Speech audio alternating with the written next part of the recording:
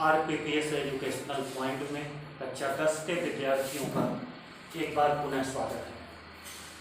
पहले वीडियो में यानी पार्ट 1 में आप लोगों ने प्रकाश के बारे में कुछ पढ़ा था, जिसमें प्रकाश क्या है, प्रकाश के गुण क्या हैं, प्रकाश का परावर्तन किस प्रकार से होता है, परावर्तन का नियम क्या है, ये सारी चीज़ें आपको बताई गई थी।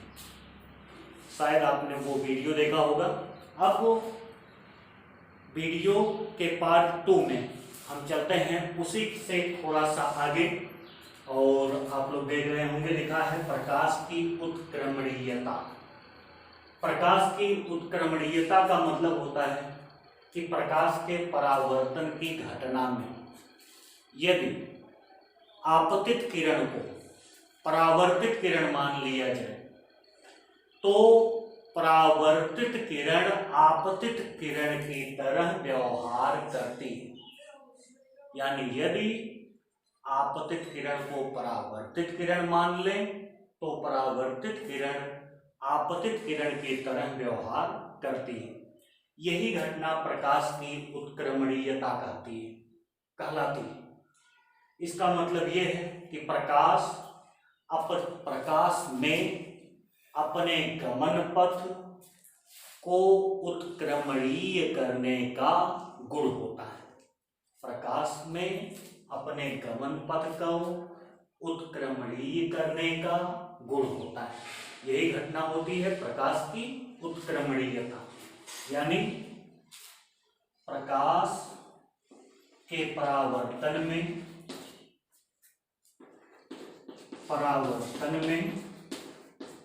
आपतित किरण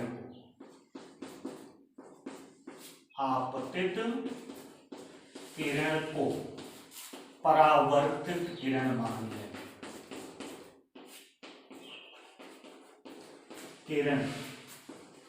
मान लें तो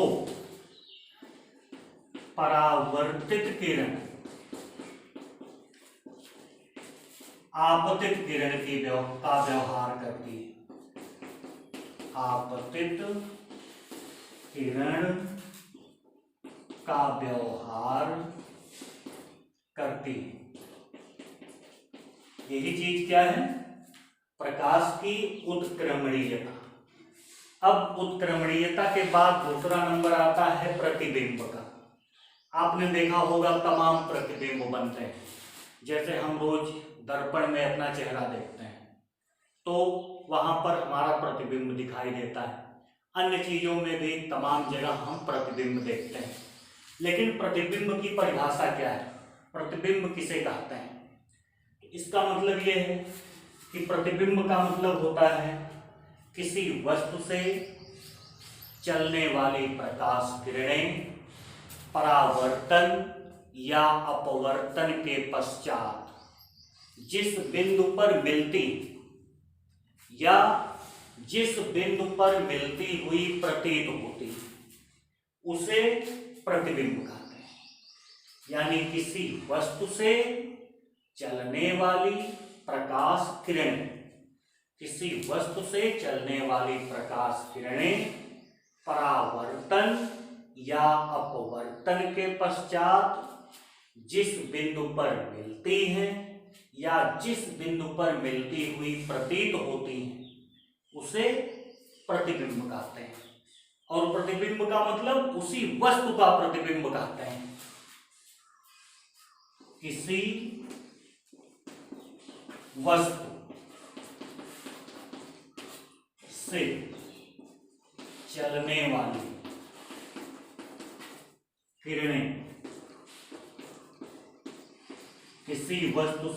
वाली किरणें परावर्तन या अपवर्तन के पश्चात जिस बिंदु पर मिलती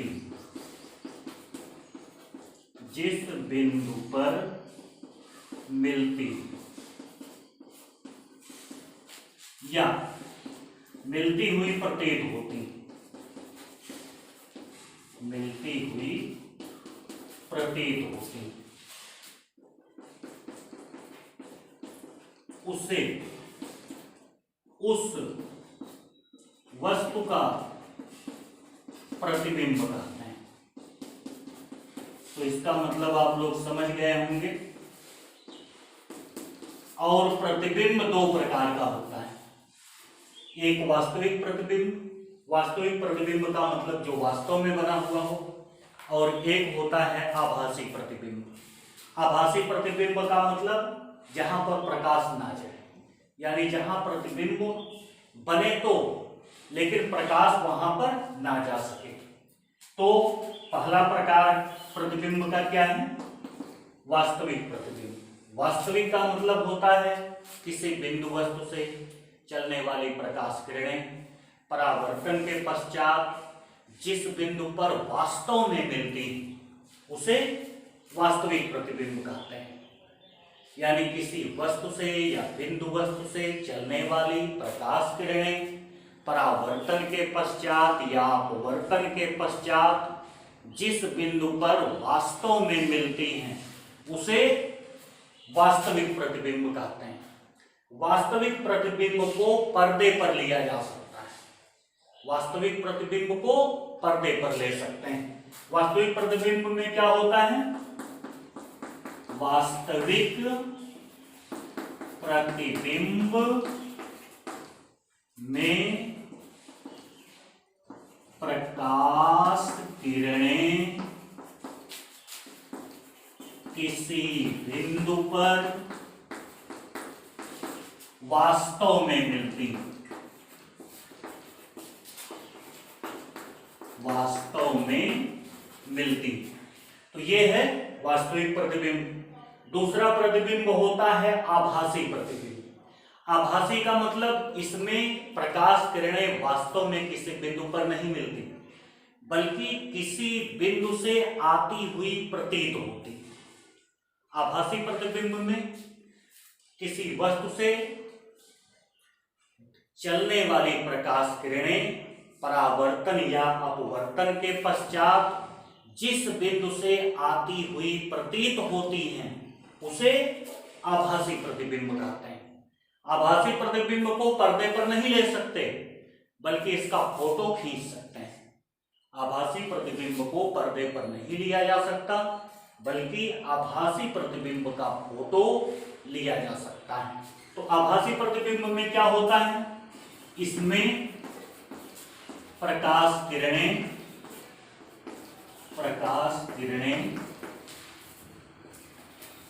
परावर्तन या अपवर्तन के पश्चात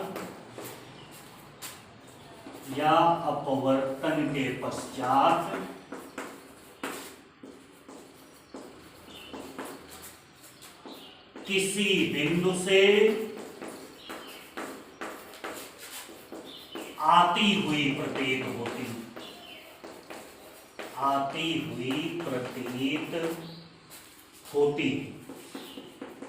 तो ये कंफर्म हो गया होगा। वास्तविक प्रतिबिंब में प्रकाश किरणें वास्तव में किसी बिंदु पर मिलती हैं, और आभासी प्रतिबिंब में प्रकाश किरणें वास्तव में किसी बिंदु पर नहीं मिलती, बल्कि किसी बिंदु से आती हुई प्रतीत होती। वास्तविक प्रतिबिंब को पर्दे पर लिया जा सकता है, जबकि आभासी प्रतिबिंब को पर्दे पर नहीं लिया जा सकता, इसका फोटो खींचा जा सकता है। अब हम चलते हैं अगली आर्टिकल में, और ये है दर्पण। आप लोग दर्पण का प्रतिदिन किसी ना किसी रूप में इस्तेमाल करते होंगे। तो हम सबसे पहले बता दें दर्पण क्या है। दर्पण का मतलब जैसे कोई प्रकाशिक माध्यम हो, पारदर्शी प्रकाशिक माध्यम, जैसे कांच के एक तल पर कलई या रेड ऑक्साइड का लेप लगा दें तो दूसरा तल परावर्तक की तरह व्यवहार करने लगता है। यह युक्ति दर्पण कहलाती है। यानी किसी पारदर्शक पृष्ठ जैसे कांच के एक तल पर कलई कर देने से दूसरा तल परावर्तक की तरह व्यवहार करता है। इसे दर्पण कहते हैं। दर्पण का मतलब किसी पारदर्शी वस्तु जैसे कांच के एक सिरे पर कलई कर देने से दूसरा तल परावर्तक की तरह व्यवहार करता है, उसे दर्पण कहते हैं। दर्पण दो प्रकार के होते हैं, एक समतल दर्पण और दूसरा गोलीय दर्पण। समतल दर्पण आप लोग आमतौर पर चेहरा देखने में प्रयोग करते होंगे। समतल दर्पण का मतलब ऐसा दर्पण जिसका परावर्तक तल समतल, उसे समतल दर्पण कहते हैं। समतल दर्पण का मतलब इसका परावर्तक तल समतल होता है। समतल दर्पण किसे कहते हैं? ऐसा दर्पण जिसका परावर्तक तल समतल होता है। समतल दर्पण में जो प्रतिबिंब बनता है वो वास्तविक और सीधा होता है। प्रतिबिंब वास्तविक और सीधा। समतल दर्पण में कैसा प्रतिबिंब बनता है? वास्तविक और सीधा। दूसरा, समतल दर्पण में प्रतिबिंब वस्तु के आकार के बराबर बनता है। प्रतिबिंब का आकार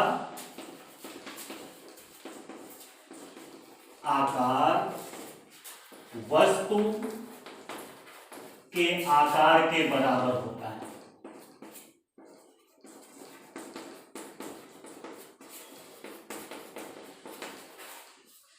तीसरा, समतल दर्पण में प्रतिबिंब दूसरी तरफ उतनी ही दूरी पर बनता है जितनी दूरी पर वस्तु रखी होती है।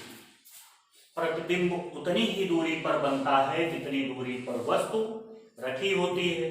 चौथा, समतल दर्पण की फोकस दूरी अनंत होती है। फोकस दूरी अनंत। तो ये समतल दर्पण के कुछ गुण हो गए। अब इसके बाद हम बात करते हैं गोलीय दर्पण। गोलीय दर्पण का मतलब ऐसा दर्पण जो किसी कांच के खोखले गोले का भाग हो। कांच के खोखले गोले का भाग गोलीय दर्पण कहलाता है। बात करते हैं गोलीय दर्पण की। गोलीय दर्पण अभी हमने बताया कि कांच के खोखले गोले का भाग होता है। मान लेते हैं ये कांच का एक खोखला गोला है। कांच के खोखले गोले को हम यहां से काट दें, काट कर इतना भाग निकाल दें। मान लेते हैं इतना हमने निकाल दिया। अभी परिभाषा में दर्पण के बताया गया था कि एक तल पर कलई कर दिया जाए तो गोलीय दर्पण बन जाता है। तो ये देखिए, हम कांच का एक टुकड़ा लिए थे, इसको बीच में हमने काट दिया। काट कर एक तल पर हमने कलई या पॉलिश कर दिया। ये देखिए, एक तल पॉलिश हो गई तो एक जो उभरा हुआ तल है, उभरा हुआ तल क्या काम करने लगा? परावर्तक पृष्ठ का। परावर्तक पृष्ठ कौन सा तल हो गया? उभरा हुआ पृष्ठ। उभरा पृष्ठ परावर्तक पृष्ठ हो गया। तो ये जो दर्पण है इसको हम कहते हैं उत्तल दर्पण। उत्तल दर्पण यानी गोलीय दर्पण दो प्रकार के होते हैं। एक ऐसे बनाया जाए कि दबे हुए तल पर पॉलिश की जाए। जब दबे हुए तल पर पॉलिश करेंगे तो उभरा हुआ तल परावर्तक का काम करेगा या परावर्तक पृष्ठ होगा, तो ये कहलाएगा उत्तल दर्पण। और ये दर्पण देखिए, हमने इसके उभरे तल पर पॉलिश कर दिया। अब की पॉलिश कहां पर हो गई है? उभरे तल पर। और जब उभरे हुए तल पर पॉलिश कर देते हैं तो ये दबा हुआ तल परावर्तक पृष्ठ हो जाता है। परावर्तक पृष्ठ कौन सा हो जाता है? दबा हुआ तल। और दबा हुआ तल जब परावर्तक पृष्ठ होगा तो इसको हम कहते हैं अवतल दर्पण। तो दर्पण, गोलीय दर्पण कितने प्रकार के हो गए? पहला उत्तल दर्पण। उत्तल दर्पण में परावर्तक पृष्ठ उभरा हुआ तल होता है। उभरा हुआ तल परावर्तक पृष्ठ होता है।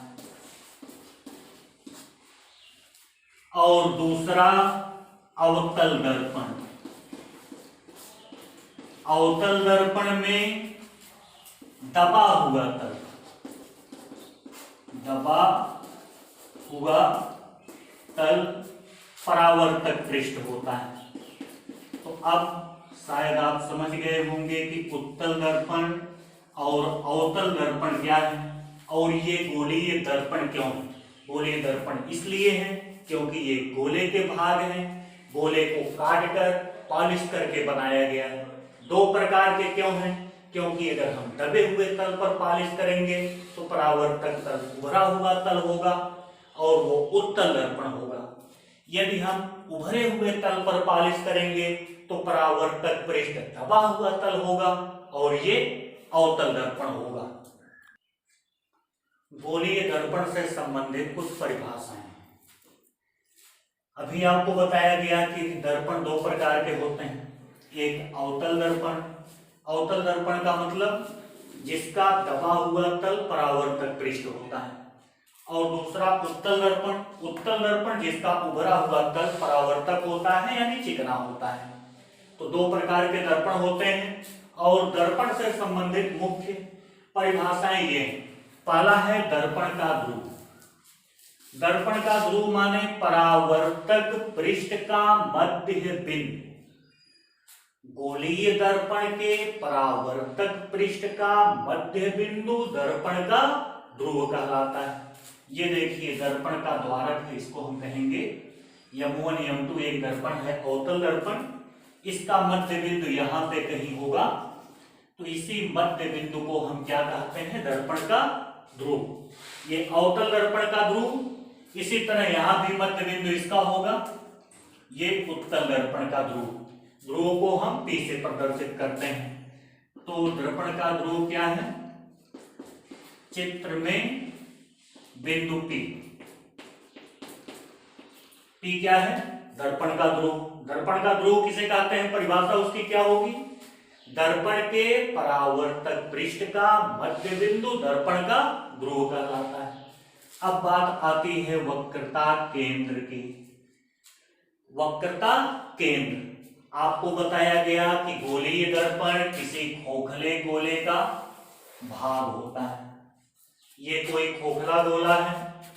इसके इस तल पर अगर हम पॉलिश कर दें तो ये दर्पण बन जाता है। इसको काट दें तो दर्पण बन जाएगा। अब इसका एक केंद्र होता है। प्रत्येक गोले का एक केंद्र होगा तो उसी तरह इसका भी केंद्र होगा। तो गोलीय दर्पण जिस गोले का भाग होता है उसका केंद्र दर्पण का वक्रता केंद्र कहलाता है। गोलीय दर्पण जिस गोले का भाग होता है या जिस खोखले गोले का भाग होता है उसका केंद्र क्या कहलाता है? वक्रता केंद्र। ये देखिए अगर इसको हम गोलीय दर्पण मान लें तो ये केंद्र C है। तो इसी तरह से इसका भी यहाँ पर कहीं केंद्र होगा। अगर गोले को हम ऐसे ऐसे पूरा बना दें तो यहाँ पर क्या आएगा? एक केंद्र। इसको हम कहेंगे वक्रता केंद्र। यहाँ पर देखिए इसमें भी वक्रता केंद्र कहीं होगा। यहाँ वक्रता केंद्र। तो चित्र में वक्रता केंद्र बराबर क्या है? C। इस बिंदु C को हम क्या कहते हैं? वक्रता केंद्र। वक्रता केंद्र क्या है? गोलीय दर्पण जिस गोले का भाग होता है उसका केंद्र वक्रता केंद्र कहलाता है। अब बात आती है वक्रता त्रिज्या की।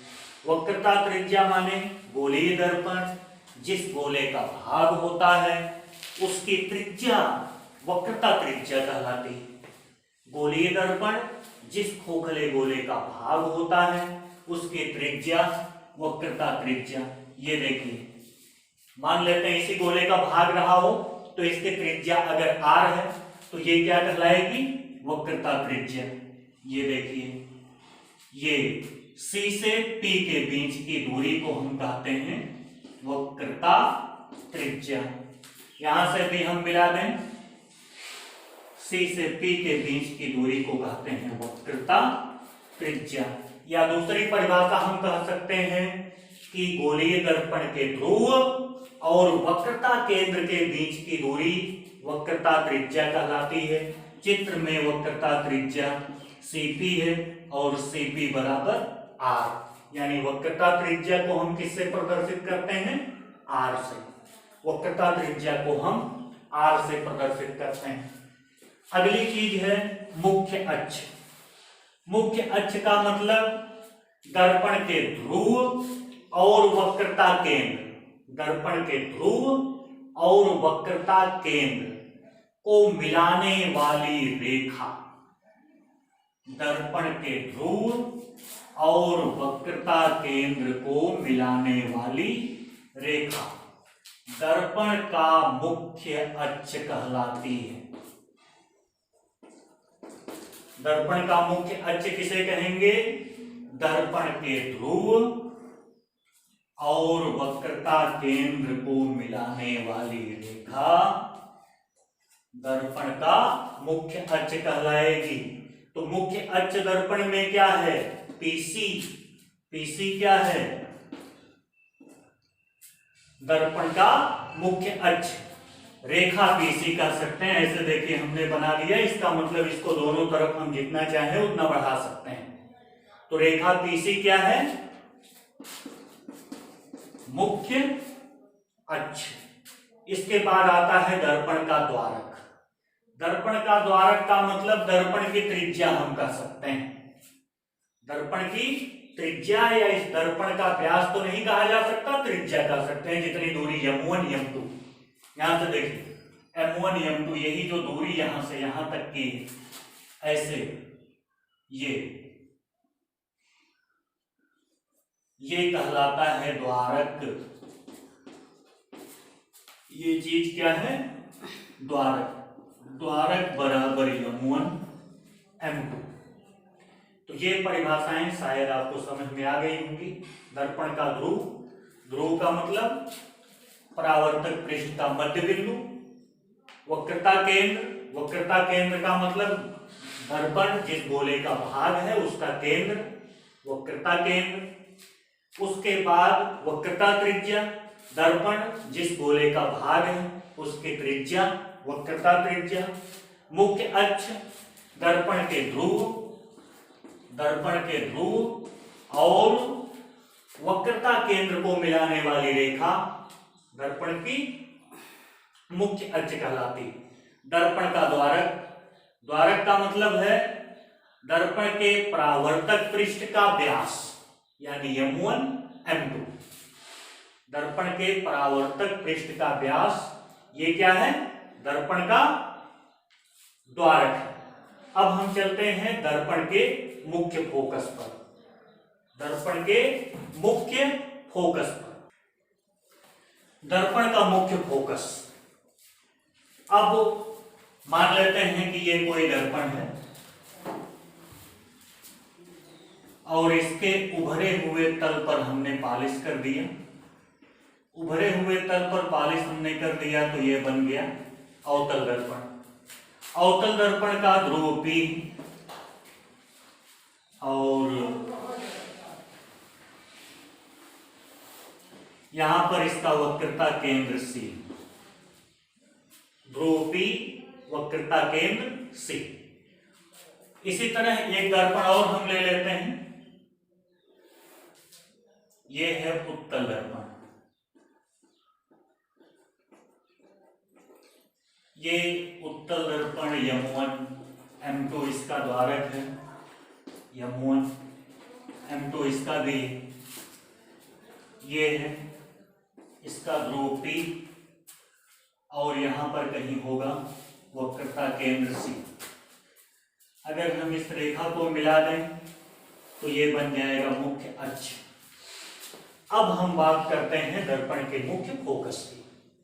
मुख्य फोकस का मतलब होता है दर्पण के मुख्य अक्ष के समांतर आपतित प्रकाश किरण दर्पण से परावर्तन के पश्चात जिस बिंदु पर मिलती हैं या जिस बिंदु से आती हुई प्रतीत होती हैं उसे दर्पण का मुख्य फोकस कहते हैं। दर्पण के मुख्य फोकस का मतलब दर्पण के मुख्य अक्ष के समांतर आपतित प्रकाश किरणें दर्पण से परावर्तन के पश्चात जिस बिंदु पर मिलती हैं या जिस बिंदु से आती हुई प्रतीत होती हैं उसे दर्पण का मुख्य फोकस कहते हैं। ये देखिए दर्पण के मुख्य अक्ष के समांतर एक प्रकाश किरण आ रही है, यहां से परावर्तन हुआ और ये ऐसे चली गई तो यहां इस बिंदु पर मिली। और कोई किरण हम ले लेते हैं, ये देखिए जा रही है, ये भी परावर्तन के पश्चात ऐसे एक ही बिंदु से होकर जा रही है।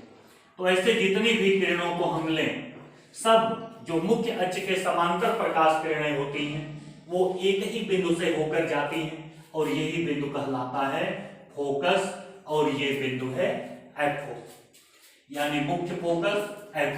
इसी तरह हम उत्तल दर्पण के लिए लेते हैं, ये मुख्य अक्ष के समांतर प्रकाश किरण है, ये यहां से परावर्तित होकर इधर चली जाएगी ऐसे। अब हम इसको पीछे बढ़ाएं, सीधा एकदम जाएगा तो यहां पर कहीं यहां से आती हुई प्रतीत होगी। इसी तरह से यहां से ये मुख्य अक्ष के समांतर प्रकाश किरण है, परावर्तन के पश्चात ऐसे निकल जाएगी तो ये किरण ऐसे यहां से आती हुई प्रतीत होगी। तो ये दर्पण का मुख्य फोकस, यही एफ कहलाता है मुख्य फोकस। ये है दर्पण का मुख्य फोकस एफ। ये तो समझ में आया होगा। दर्पण का फोकस का मतलब ये है कि दर्पण के मुख्य अक्ष के समांतर आने वाली प्रकाश किरणें परावर्तन के पश्चात जिस बिंदु पर मिलती हैं या जिस बिंदु से आती हुई प्रतीत होती हैं उसे दर्पण का मुख्य फोकस कहते हैं। अब बात चित्र में आपने देख लिया कि ये एफ ही मुख्य फोकस है। इसके बाद फोकस दूरी। फोकस दूरी का मतलब दर्पण के ध्रुव और मुख्य फोकस के बीच की दूरी। ध्रुव और मुख्य फोकस के बीच की दूरी, ये क्या कहलाएगी? फोकस दूरी। चित्र में फोकस दूरी बराबर क्या है? चित्र में फोकस दूरी बराबर पी एफ